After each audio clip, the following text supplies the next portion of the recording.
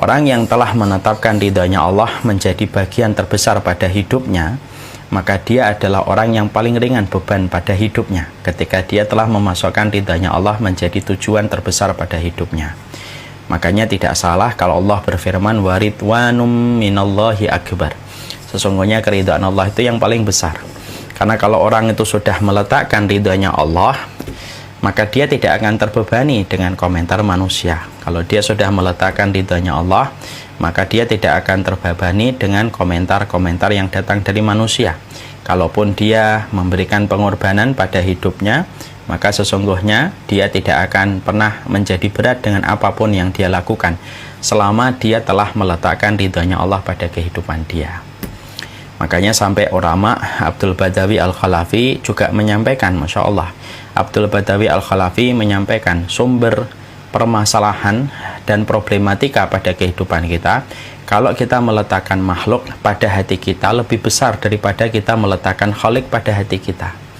Coba kalau kita sudah meletakkan Khalik kalau kita meletakkan makhluk pada hati kita, akhirnya pikiran kita selalu tidak akan pernah tenang, dan tentunya kita selalu akan gelisah, selalu kita akan sedih dengan berbagai macam komentar manusia. Makanya hari ini di zaman sosial media, ketika banyak orang itu bisa mendapatkan simpati dengan mudah dari kerumunan manusia, justru tidak menjadikan standar kebahagiaan menjadi mudah didapatkan, tetapi justru penyakit-penyakit mental illness ini berkembang luar biasa di sekitar kita. Karena apa? Karena kalau kita sudah memasukkan urusan makhluk pada hati kita, maka kita menjadi orang yang paling jauh dari rasa bahagia. Hidupnya menjadi beban, hidupnya penuh dengan kekecewaan, hidupnya penuh dengan tertekan, pressure yang dia rasakan kalau dia memasukkan makhluk menjadi tujuan dalam hidupnya. Beda kalau kita itu meletakkan ridhonya Allah. Orang yang telah meletakkan ridhonya Allah pada kehidupan, walaupun ini sangatlah berat, sangatlah sulit, tetapi sesungguhnya ketika kita memasukkan Khalik dalam tujuan kehidupan kita, maka itulah yang akan menjadikan beban kita menjadi ringan. Apapun yang kita lakukan menjadi mudah, karena kita merasa dibersamai oleh Allah yang telah menjadi tujuan kita, dan itulah sesuatu yang paling besar dalam kehidupan kita. Masya Allah ya, inilah yang menjadikan kita memahami waridwanu minallahi akbar dalam surat At-Taubah. Sesungguhnya keridhaan Allah itu merupakan sesuatu yang paling besar. Makanya itulah yang tercermin dari doanya Rasulullah. Doa ini termasuk doa yang harusnya kita hadirkan. Doa ini dikatakan oleh Rasulullah dan sering sekali saya menyampaikan. Allahumma inni as'aluka hubbaka wa hubba man yuhibbuka wa hubba amalin yuqarribuni ila hubbika. Sebagaimana yang disampaikan oleh Rasulullah dalam setiap pintanya kepada Allah. Dan ini maknanya sangat indah. Sangat-sangat sayang kalau kita tidak menyebutkan doa ini dalam setiap ibadah kita. Allahumma inni as'aluka hubbaka wa hubba man yuhibbuka wa hubba amalin yuqarribuni ila hubbika. Ya Allah, aku memohon kepadamu cintamu, cinta orang yang mencintaimu, dan amalan yang paling kau cintai, yang memudahkan kami untuk meraih cintamu. Nah, itulah yang menjadikan kita senantiasa diberasa di dalam kebaikan. Semoga kita senantiasa tahu sumber permasalahan dalam hidup kita itu salah satunya kalau kita lupa dan lalai ketika kita terpedaya dan tidak menjadikan Allah itu tujuan terbesar dalam kehidupan kita.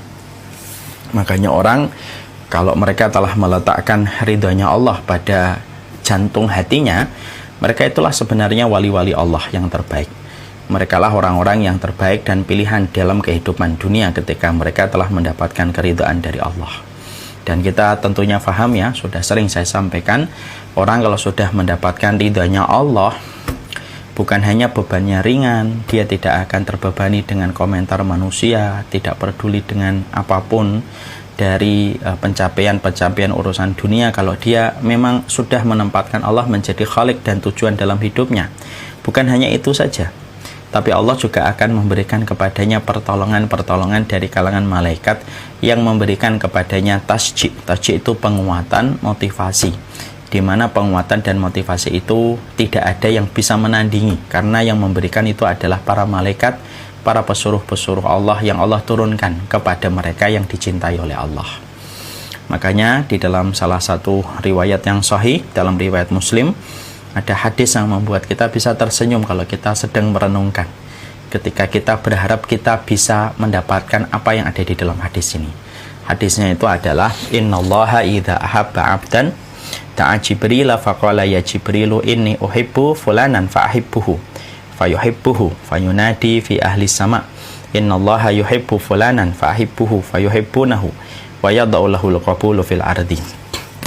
Makanya di dalam salah satu riwayat Rasulullah sallallahu alaihi wasallam dalam riwayat Muslim menyampaikan Allah itu kalau sudah ridha, ketika manusia itu selalu menempatkan ridhonya Allah pada jantung hatinya, pada pucuk-pucuk jiwanya, dia selalu menghadirkan Allah setiap waktunya. Kalau kecewa sama manusia, ingatnya Allah. Kalau kecewa sama keluarga, ingatnya Allah. Kalau kecewa sama karir, ingatnya Allah. Dan dia terus menempatkan Allah menjadi tujuan terbesar pada hidupnya, maka Allah pun jatuh cinta kepadanya. Apa yang Allah lakukan kalau Allah itu jatuh cinta?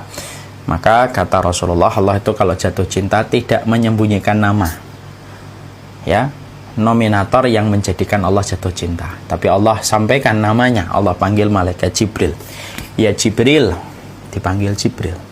Jibril mendekat kepada Allah, kemudian Allah berfirman, ya Jibrilu inni uhibbu fulanan, wahai Jibril, sesungguhnya aku telah jatuh cinta kepada fulan.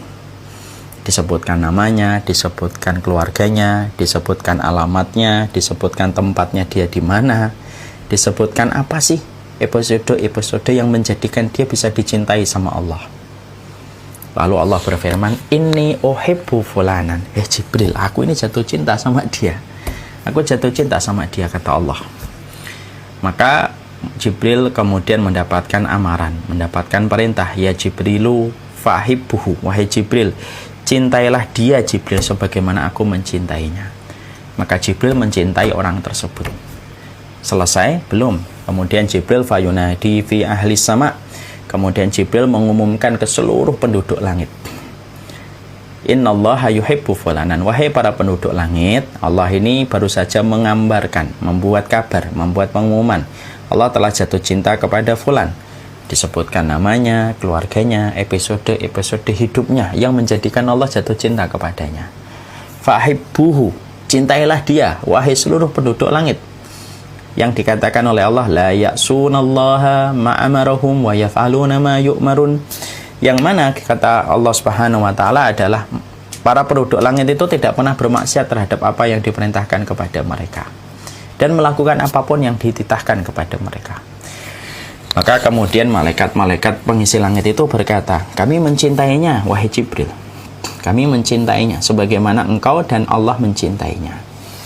Maka kemudian malaikat itu meletakkan keridhaan mereka kepada orang yang telah dicintai Allah dan malaikat Jibril. Apa sih? Nah, ini ada penjelasannya di dalam surat Fussilat. Innal ladzina qalu rabbunallahu tsumma istaqamu tatanazzalu alaihimul malaika alla takhafu wa la tahzanu wa absyiru bil jannati allati kuntum tu'adun.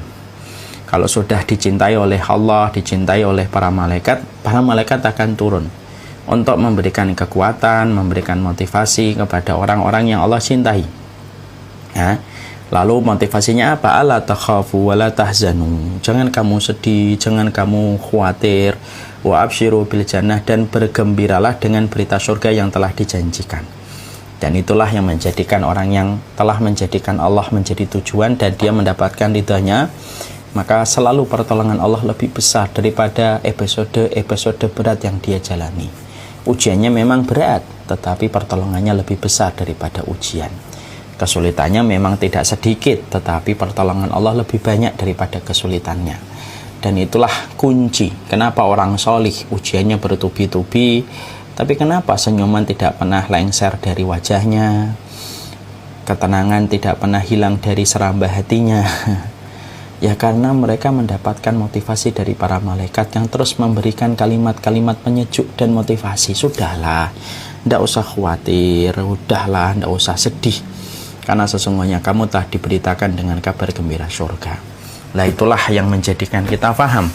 Itulah pentingnya menjemput ridhanya Allah. Karena ridhanya Allah itu harus dijemput, tidak bisa ditunggu.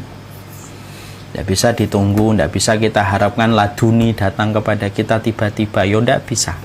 Maka sesungguhnya keridhaan Allah itu harus dijemput. Dan salah satu kendaraan yang bisa menghantarkan kita kepada jemputan, yaitu pada terminal ridhonya Allah itu adalah, yaitu ketika kita kemudian memantaskan diri kita pada amal-amal yang bisa menjadikan diri kita dicintai oleh Allah Subhanahu wa Ta'ala. Nah, inilah betapa pentingnya ridhonya Allah dalam kehidupan kita. Memang betul, kalau sudah menetapkan ridhonya Allah itu tenang hidup kita. Mau diomongin orang apapun itu, selama kita tahu dalilnya, selama kita tahu bagaimana yang terjadi, kita tenang. Jangan pernah menjadikan simpati dan ridhonya makhluk menjadi tujuan. Karena itu justru akan memporak-porandakan kekuatan kita, menjadikan kita terjerumus kepada kerusakan.